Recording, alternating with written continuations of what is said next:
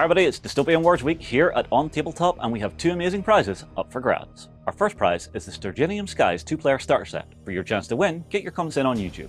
Our second prize is the Hunt for the Prometheus 2-player starter set. The winner for this prize will be chosen from comments on OnTableTop.com.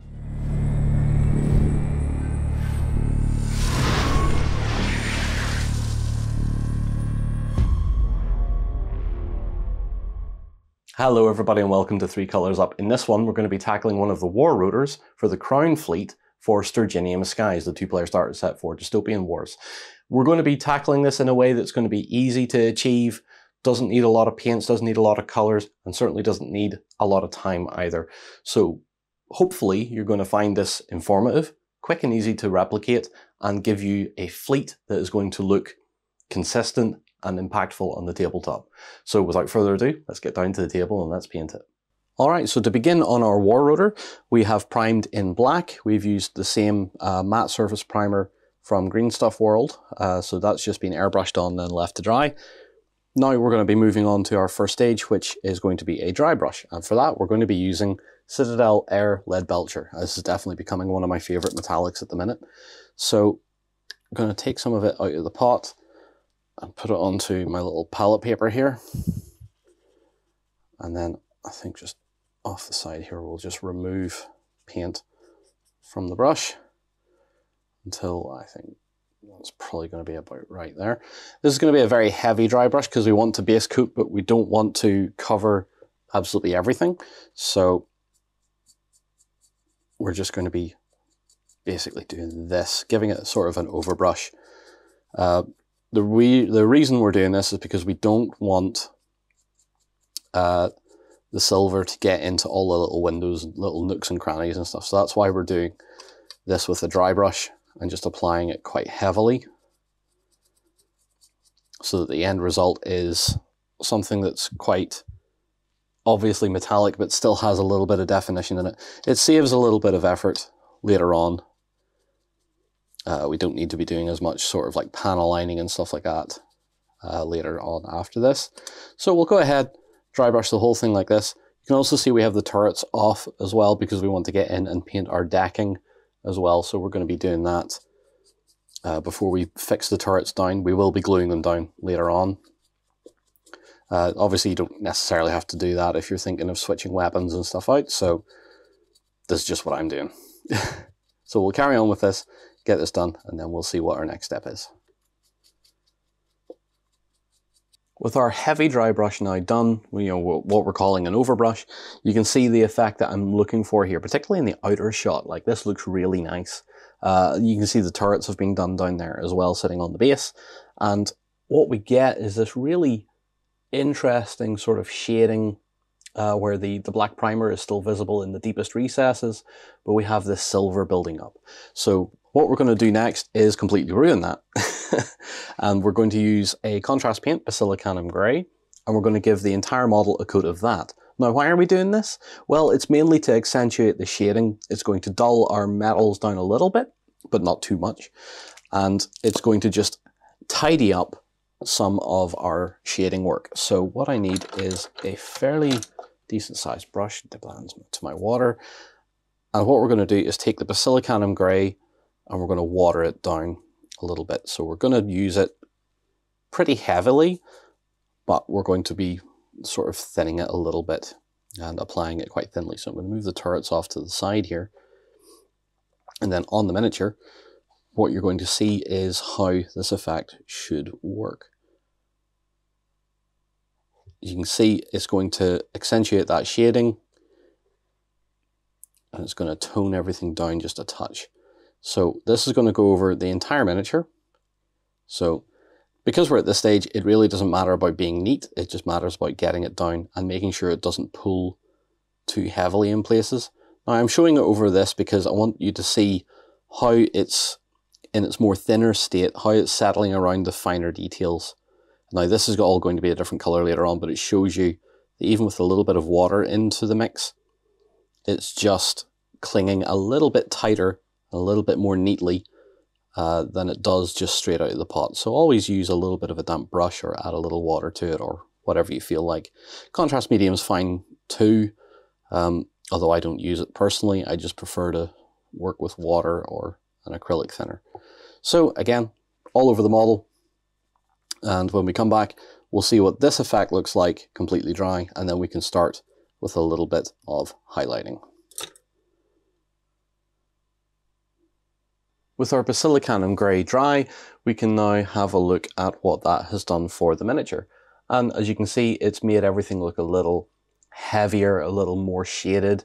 It's accentuated the black that was already there from our original dry brush. It just makes everything feel a bit more solid and not quite as shiny. So we're going to move on to the highlight for our metal, and that is going to be a dry Necron compound, and that is going to be applied through another dry brush. So we'll just take a bit of that and we'll see how that settles. Make sure we have plenty of it off the brush, because we're not wanting to overbrush this time, we are wanting to properly dry brush. So in this instance, let's have a look here. We want to be catching edges this time, so we actually want to make the highlight. So it's going to be a case of very gently working those edges with our dry brush and just starting to bring up some nice brightness. Now it'll help to go over everything here as well, because I know some of this is going to be base painted and some of it's not, and it's just a case of just going over the whole thing. Don't leave anything out. We can start to bring this up. Because this highlight is so minimal, it's really going to accentuate all our edges. So we're going to go around the whole model now and do this. And then when we come back, hopefully we'll be ready to move on to our next stage. Now we have our dry brush done. We can see that our highlights have worked out rather nicely. Everything is defined. Everything is pretty obvious. Again, working from a gaming distance, this model is very apparent. You know what this is, not just by the shape of it, but by the highlights and everything striking off the edges and the corners and whatnot, and really showing you the shape of the whole thing. Now, we're going to move on to our other primary colors. So silver is one, and red is the other for our crown. And what we're going to be doing is basing or base coating areas such as our prow here, so all along here. We'll probably do something along the back. I'm tempted to do sort of like maybe this sort of segment here in red, or maybe something along the back in red. I'm not too sure yet, but I know for a fact I want to do the prow. So we're going to show you that, and what we're going to be doing for base coating is using Citadel Mephiston Red. Pretty straightforward, and it's going to be a case of having to carefully go over the prow of our ship, and just probably need a couple of coats for this, to be fair, because I tend to thin a lot of my Citadel paints when they're sitting on the shelves for a while. And it's just going to be a matter of going in and just base coating our red. Don't need to worry too much about these edges, because they're going to go another color. They're going to go gold. So we can afford to be a little bit messy. However, we're going to go ahead and do all this. And then, well, we'll do that as well. And then when we come back, we'll see what our next step is. With our base red down and dry, it took about 2 coats. 2 or 3 coats even, just to make sure we had a good solid color built up there. Now, for shading, I want to try some contrast paint. So we're going to go with Flesh Terrors Red. I like Flesh Terrors. It's a nice deep red. So what I'm planning to do here is to put some onto my palette pad here. And then, like I did with the Basilicanum Grey earlier, we're going to water it down. We're going to thin it. And we're going to apply it and use it as a wash, as a shade. So hopefully that's not too heavy. That looks okay. So all we're basically trying to do here is give our red area another coat using the contrast paint. And we want the contrast paint to basically do what it's supposed to do, and then settle into recesses and start to create a little bit of our shading and shadow into the red zones. It also means we're increasing the, not necessarily the vibrancy, but we're increasing, well, I guess perhaps it is the vibrancy, but we're making things look a little more red. It's a very technical term there. I know I'm a professional, I swear.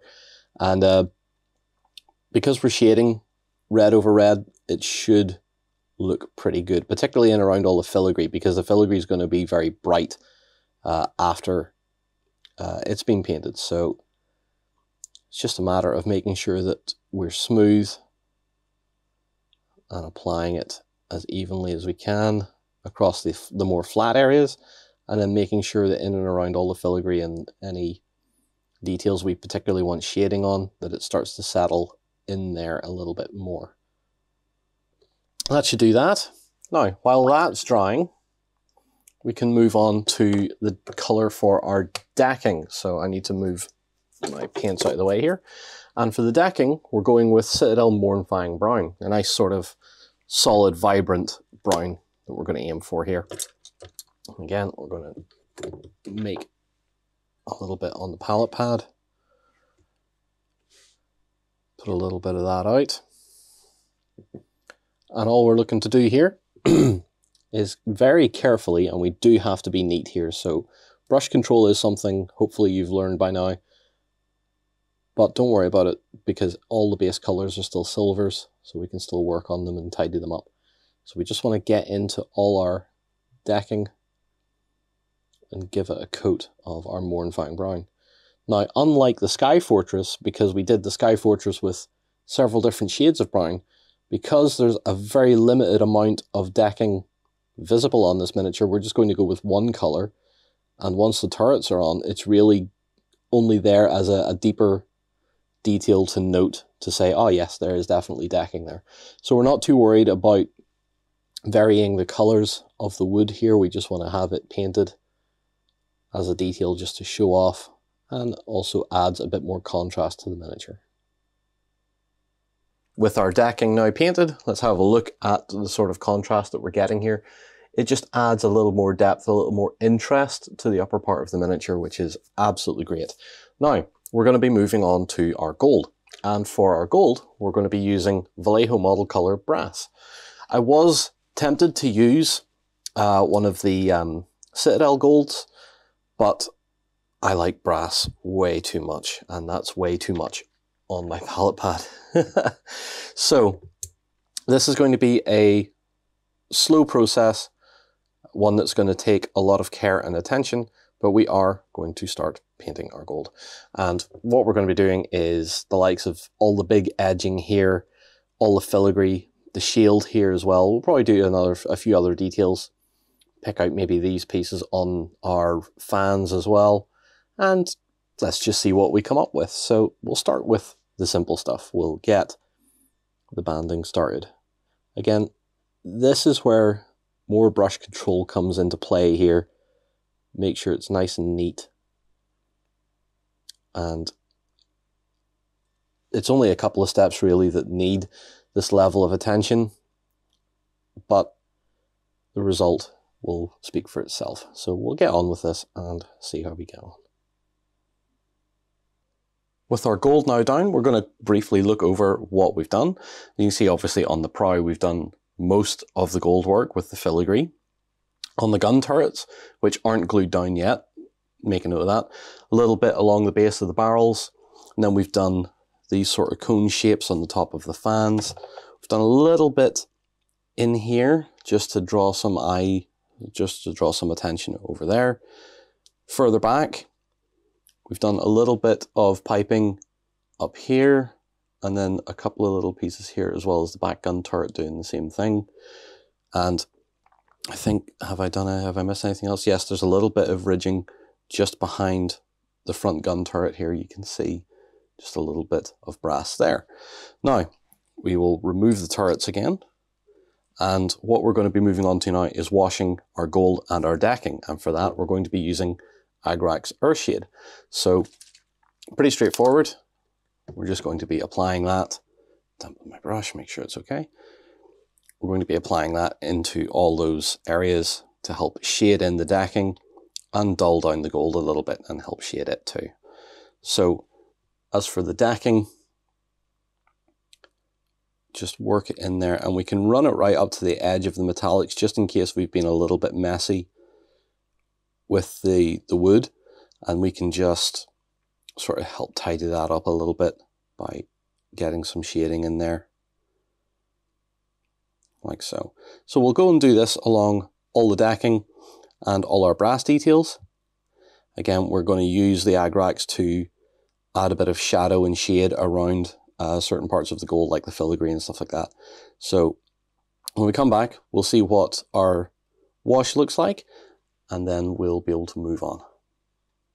With our wash now down and dry, we can see that our brass is nicely shaded. We've got a little bit of panel lining added in there as well. So for example, I did a little bit of a line here and then covered everything else with the agrax. We've also glued the turrets down. Now you probably don't want to do that in case you're wanting to switch out weapon types, you know, to the, I think it's a missile turret that these things can get on top of that.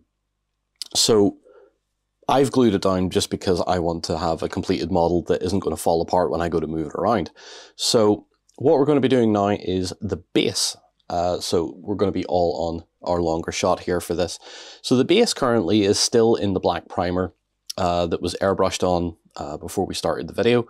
And what we're going to be doing is just a very quick, how do we do it? So the first thing we're going to do is drop paints everywhere, which is great. Maybe you picked that up on the microphone.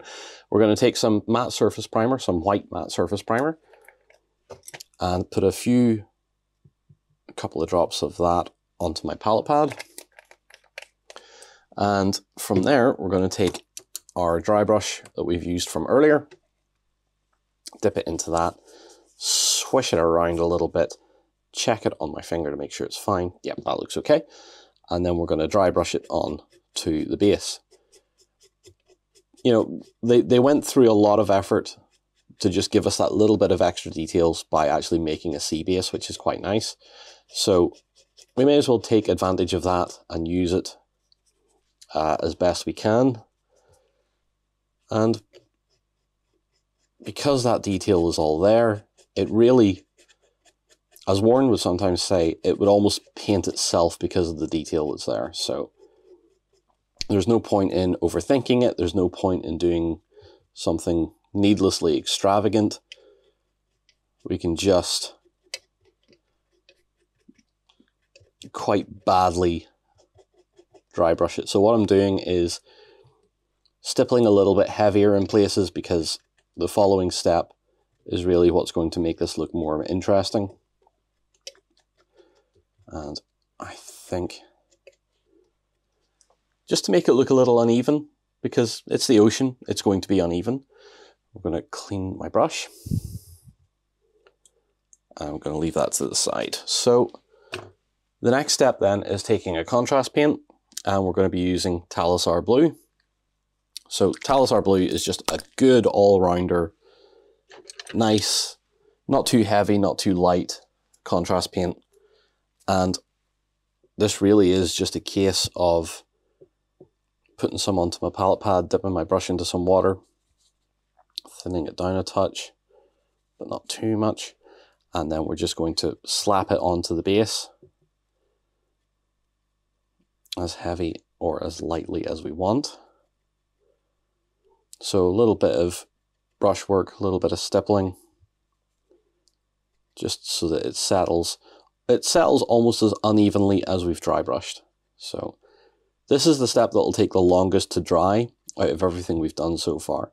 So this is really the last stage of this miniature, because after that, once this is dry, what we're going to do is take some matte black paint, paint in our flight stem, paint in the edge of the base, and then we're going to give the whole thing a matte varnish just to tie it all together, and that's going to be the end of our video. So I figured it would be good to show this step being done, because you have to be reminded sometimes that things are pretty easy and pretty quick to achieve. So that's going to be it for our base.